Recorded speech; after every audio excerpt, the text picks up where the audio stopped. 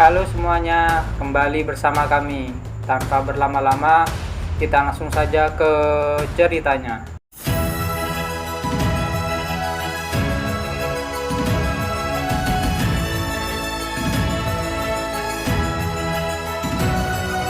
Di episode kemarin, kita sudah tahu kalau putra dari klan Guntur telah terbunuh. Kalian penasaran siapa sebenarnya yang membunuh? Tanpa berlama-lama, kita langsung saja ke ceritanya. Di awal-awal kita diperlihatkan dua orang yang lagi mengobrol. Yang baju hijau berkata, "Aku penasaran, apa Sekte Kinceng memang membunuh Nam Hosan? Apa bekas teknik bela diri semudah itu dilacak? Apa kau tidak tahu? Semakin kuat bela diri, semakin jelas dan berbeda jejak yang ditinggalkan. Bekas teknik 72 gelombang pedang itu mustahil untuk ditiru, kecuali memang menggunakan teknik tersebut. Kalau begitu, sudah pasti kalau Sekte Kinceng yang membunuh Nam Hosan. Kurasa begitu. Kalau seperti ini, perang di Chengdu tidak bisa dihindarkan lagi." Di saat dua orang tadi mengobrol, ternyata ada Peowol yang sedari tadi mendengarkan mereka. Dengan tiba-tiba Woseon masuk ke tempat Peowol. Dia berkata, "Bagaimana caramu melakukannya? Apa maksudmu?" "Nam Hosan, bagaimana caramu membunuhnya? Yang terlihat seperti Sekte Kinceng yang bersalah. Kamu yang membunuhnya kan? Apa memang penting siapa yang membunuhnya? Yang terpenting adalah dia sudah mati." "Benar, kamu benar. Tapi kurasa kita akan sulit bertemu mulai sekarang. Karena kami menerima tamu penting dan aku tidak bisa terus-terusan menghilang." "Tamu penting? Bukankah aku sudah memberitahukannya padamu? Salah satu eksekutif Sekte Ime adalah bibiku.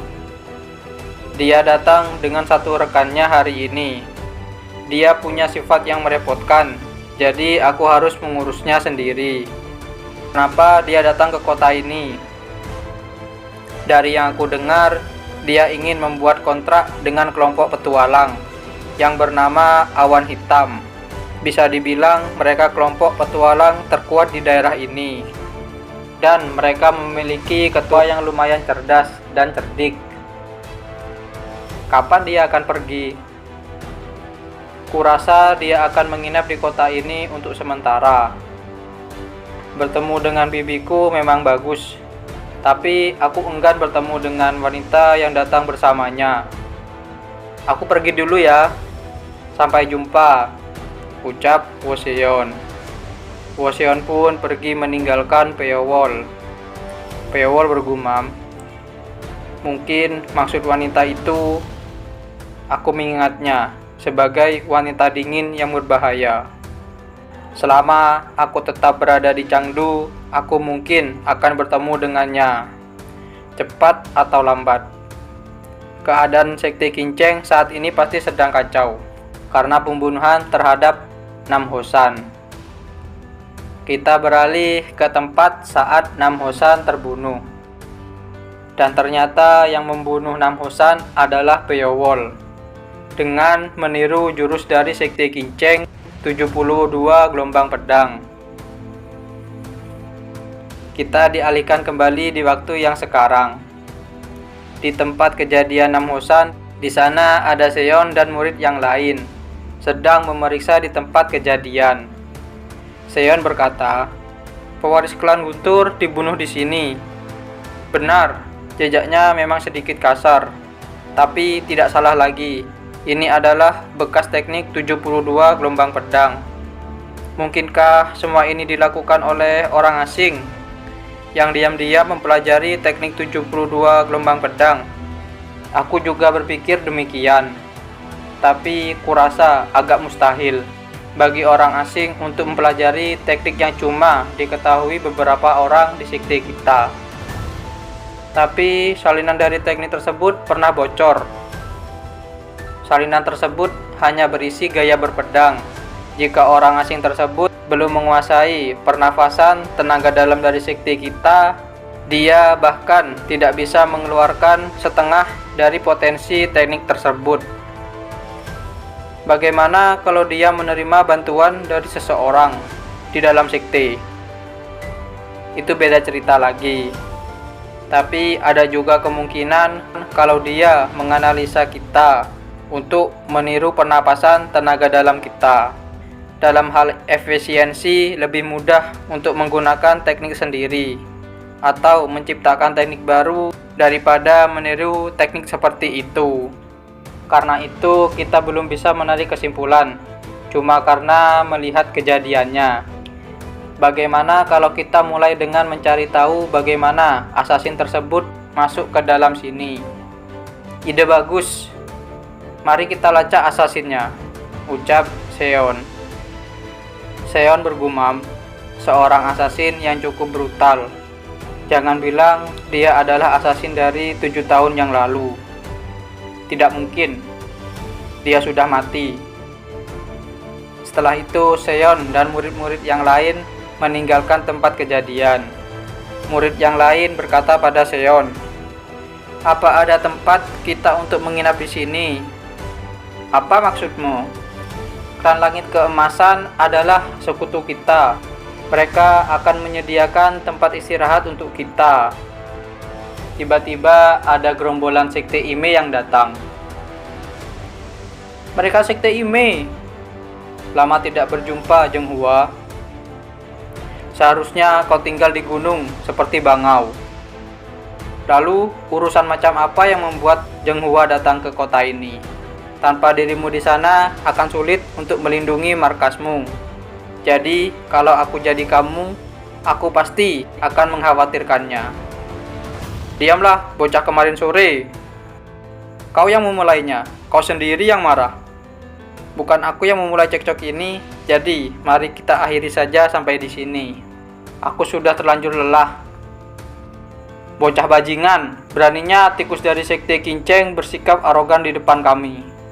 Aku yakin kalian mengetahui tentang negosiasi antara pewaris klan Guntur dan klan 100 Bunga.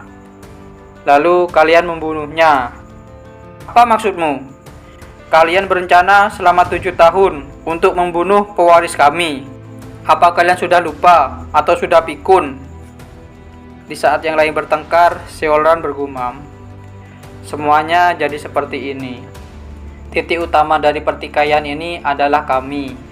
Tapi aku tidak pernah menyangka kalau assassin itu benar-benar bisa membunuh Wu Gungsang. Memang dia sudah mati 7 tahun yang lalu. Tapi pengaruhnya masih terasa sampai sekarang. Bahkan bagi mereka yang tidak mengetahui namanya." "Tatapan dingin itu apa cuma perasaanku saja?" Di kerumunan orang di sana, ternyata ada Piawol yang sedang mengawasi orang-orang dari sekte Ime dan sekte Kinceng. Piawol bergumam, "Hal seperti ini masih membuatku gembira. Tapi untuk menciptakan api yang besar, aku butuh bahan yang tepat. Dan sekarang bahan-bahan tersebut masih kurang. Tapi tetap saja ini bukanlah awal yang buruk."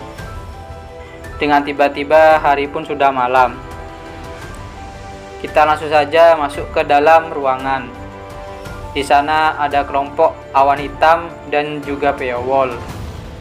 Horanju berkata pada Peowol, "Dari mana saja kamu? Aku sudah menunggu sangat lama." "Ternyata bukan kamu saja. Aku adalah kapten dari awan hitam, Zhang Muryang.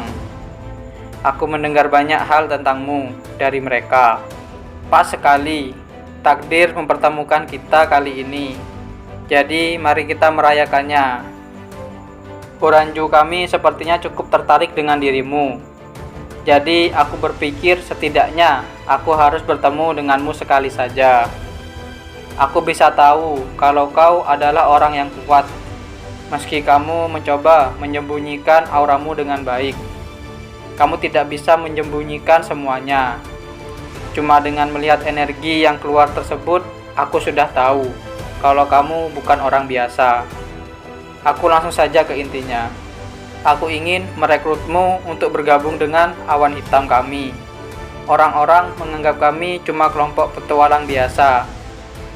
Namun, aku punya sebuah impian, yaitu menjadikan awan hitam sebagai sekte yang kuat dan diakui. Untuk mewujudkan hal tersebut, kami harus mencari orang-orang kuat yang bisa menjadi pondasi kekuatan. Aku akan memberikan semua yang kau inginkan. Kalau kau mau, aku bahkan akan membiarkanmu memiliki Horanju, ucap Jang Muryang. Kudusan bergumam, lihatlah wanita itu. Dia bersikap seolah dia tidak mau. Namun dalam hatinya, dia sangat menginginkannya. Sekarang, bagaimana jawaban orang ini? Kalian penasaran jawaban apa yang akan dikatakan Piawol? Jadi, jangan lewatkan di episode yang selanjutnya. Terima kasih sudah menonton video kami sampai selesai. Jangan lupa subscribe, like, dan komen, dan share video kami ke teman-teman Anda. Dan dadah!